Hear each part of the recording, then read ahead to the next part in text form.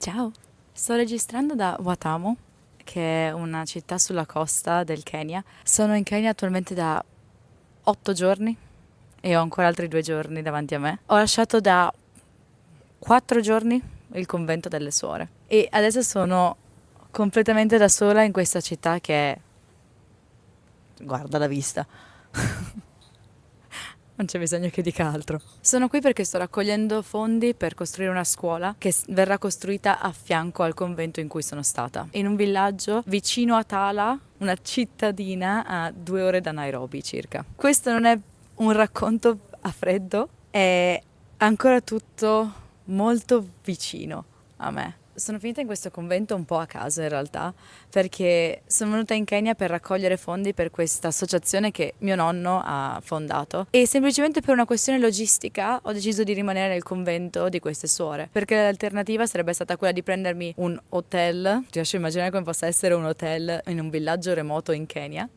Ogni mattina avrei dovuto prendere una macchina e farmi un'ora di viaggio per arrivare fino al convento delle suore e semplicemente all'inizio le suore mi avevano proposto puoi stare da noi, non in un convento. Quindi il mio cervello non aveva collegato. Tranquillamente ho accettato perché risparmiavo sull'hotel e risparmiavo anche tempo. A primo impatto non so darti una frase poetica per descrivere la situazione, semplicemente mi sono resa conto che lì si pregava tanto.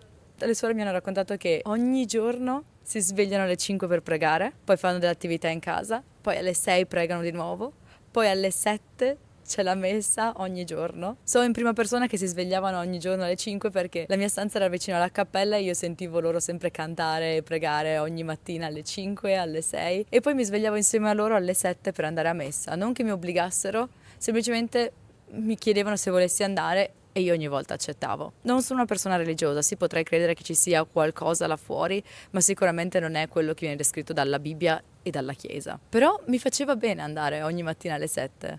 Era la mia ora di meditazione. E secondo me è così che dovrebbe essere vissuta la messa, o che forse era stata formulata in questo modo fin dal principio la messa.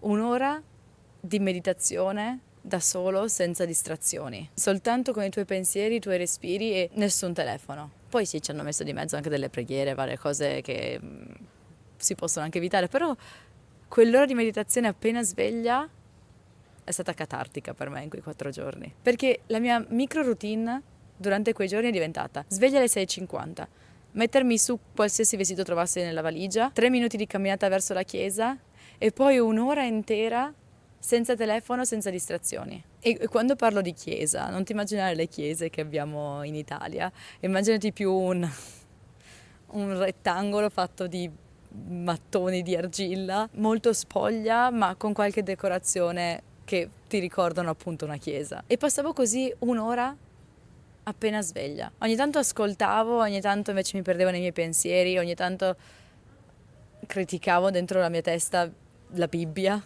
e pensavo a tutte le critiche che ho riguardo alla Chiesa. A volte invece però mi rimettevo in riga e semplicemente pensavo al mio respiro. E quell'ora mi ha fatto bene. E lo dico senza fare la morale a nessuno, perché io in primis sono completamente dipendente dal mio telefono. Però lì ho assaggiato cosa vuol dire stare senza il telefono nelle prime ore in cui ti svegli.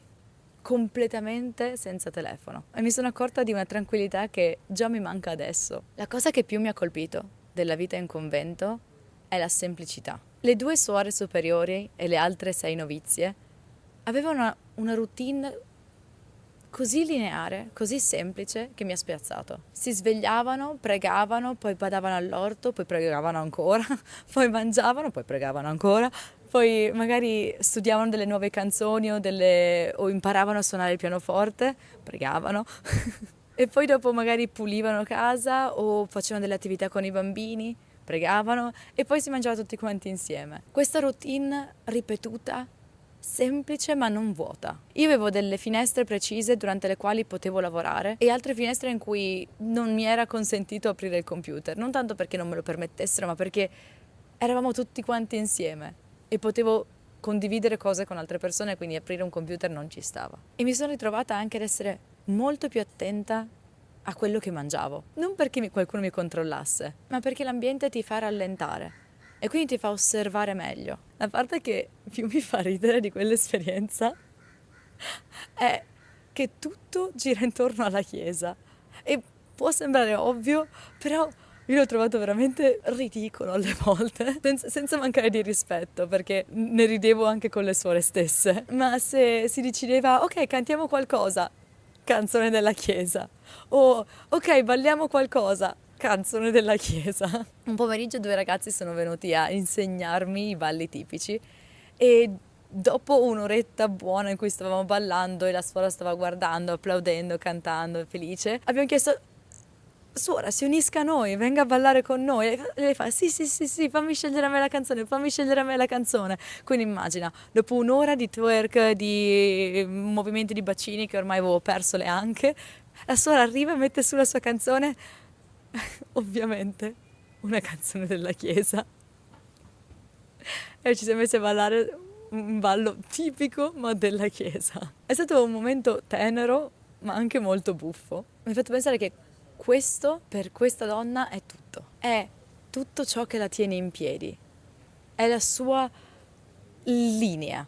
È quello che lei segue, che la tiene in piedi.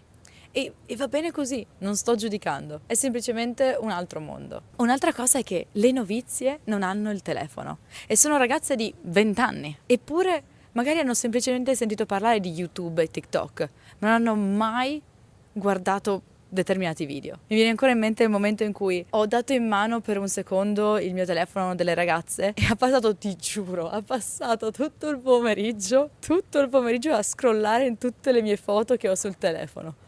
E io avevo un terrore di che cosa potesse trovare tra quelle foto.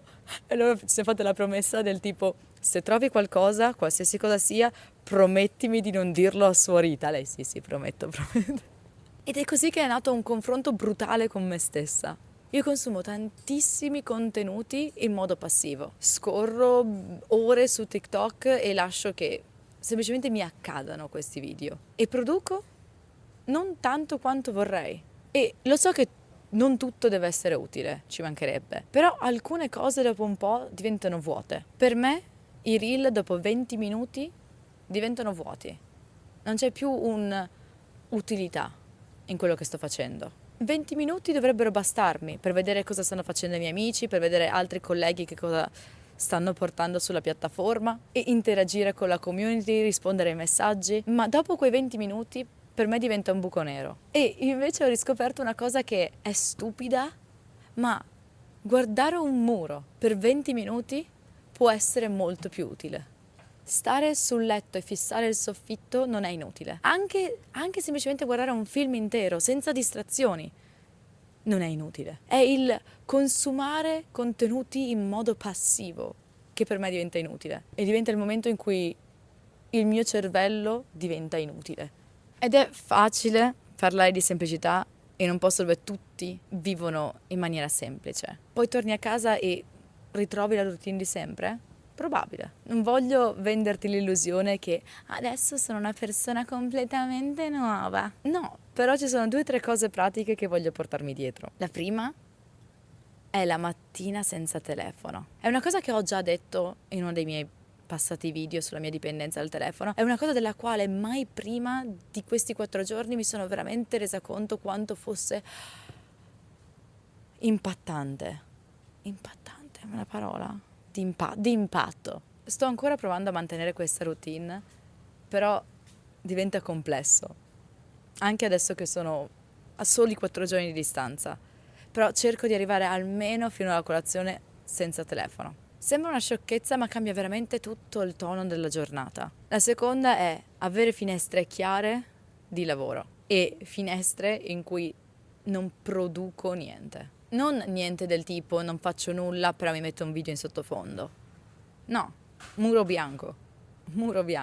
E deve essere guardo fuori dalla finestra, cammino o magari semplicemente apro un quaderno e scrivo 2 o 3 righe giusto per svuotare la mente. È molto meno comodo dello scrollare, ma mi fa meglio. Una cosa abbastanza scomoda da dire È il cliché, vai in Africa e poi quando torni ti rendi conto che hai bisogno di molte meno cose. Lo so, fa cringiare anche me. Eppure è vero. È vero che qui si vive con molto meno e non sto romanticizzando la povertà. Sto semplicemente dicendo che c'è meno rumore. Ed è anche vero però che secondo me sono due posti in due momenti storici diversi. Non so se sia normale, ma è così.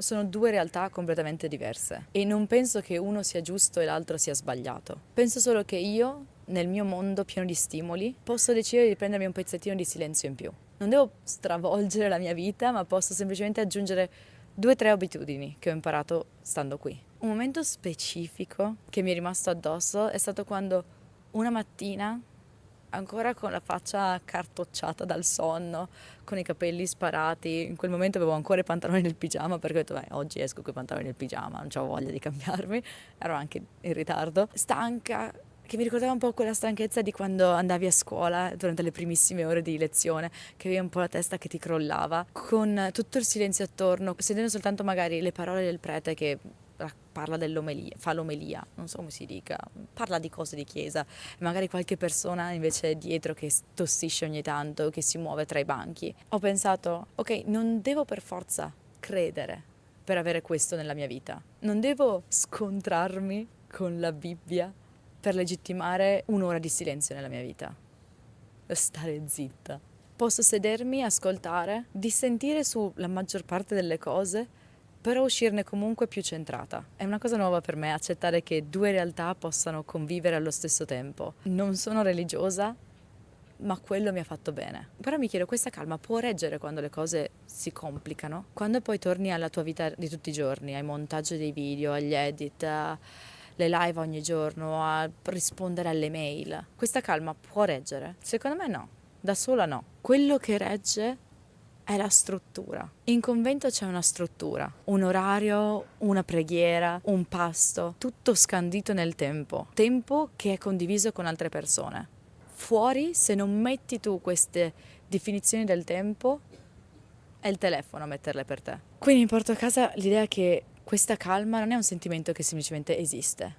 Sei tu che devi crearlo per te stesso. È come una cornice che ti devi costruire intorno alla tua vita di tutti i giorni. C'è stato ovviamente un po' di contraddizione in questo mio periodo che ho dovuto affrontare.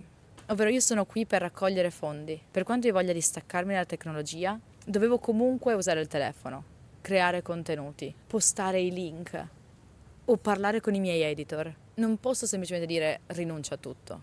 Ho capito che non devo demonizzare lo strumento. Il punto è, sto usando lo strumento o è lo strumento che sta usando me? In convento ho visto cosa succede quando il ritmo ti viene dato dall'esterno. Fuori però il ritmo te lo devi dare tu e devi essere abbastanza forte da rispettarlo. C'erano questi piccoli momenti che per me scandivano completamente la giornata. Per esempio, il pranzo insieme. Non era il cibo in sé, perché la maggior parte delle volte mangiavo avocado e riso.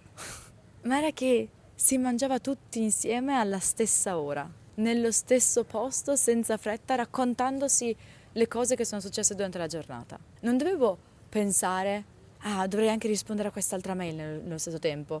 No, tutti quanti mangiavamo e basta. Poi c'era il momento dell'orto e a me piace tantissimo l'idea dell'orto. Non che io sia in grado, perché penso che farei bruciare tutto quanto, non so come, ma farei bruciare tutto, ma ho pensato, che strano. A casa cerco sempre 1000 modi per potermi distrarre, per staccare. Qui staccare per loro è mettere le mani nella terra, piantare 2 fiori in più. E non credo inizierò un orto domani, anche perché non ho un giardino, non ho letteralmente una casa, quindi non potrei esserne in grado. Però ho capito il concetto. Staccare non è sempre divano e telefono o divano e TV, ma a volte è corpo e cose. Cioè, fare qualcosa, avere un hobby, avere un'attività, che sia dipingere, che sia fare un puzzle, che sia qualsiasi cosa, ma fare qualcosa fisicamente. Perché quello che di cui ho bisogno non è soltanto staccare con la testa, ma è staccare anche con il corpo, che è una cosa della quale mi dimentico sempre. Un'altra cosa, anche quando facevamo le prove dei canti, era bellissimo vederle sbagliare e ridere e riprovare e vederle provare a fare una qualcosa male fino a quando non diventa fatta bene. Non c'era ansia di performance, era un esercizio. E questa è una cosa che voglio riportare un po' anche nei miei contenuti. Provare, sbagliare, riprovare. Non tutto deve uscire perfetto al primo colpo. Ed è una cosa che so da sempre, perché uno dei miei motti è done is better than perfect. Non saprei come tradurlo in italiano, ma finito è meglio che perfetto. Tradotto malissimo secondo me. Però lì l'ho proprio visto succedere. E poi la sera andavo a letto stanca. Quella stanchezza giusta, la stanchezza anche mentale, quella di un corpo che ha fatto cose normali e la testa vuota. Una sensazione che mi manca veramente tanto. Ora però la parte più scomoda. Quanto effettivamente di questo resta? Non lo so, però posso promettermi delle cose realistiche, ovvero la mattina senza telefono e darmi un vero limite al passare il tempo sul telefono. E una provocazione che mi sono fatta è: ma tutta questa semplicità non è semplicemente un'altra cosa che faccio per portare dei contenuti online? Forse.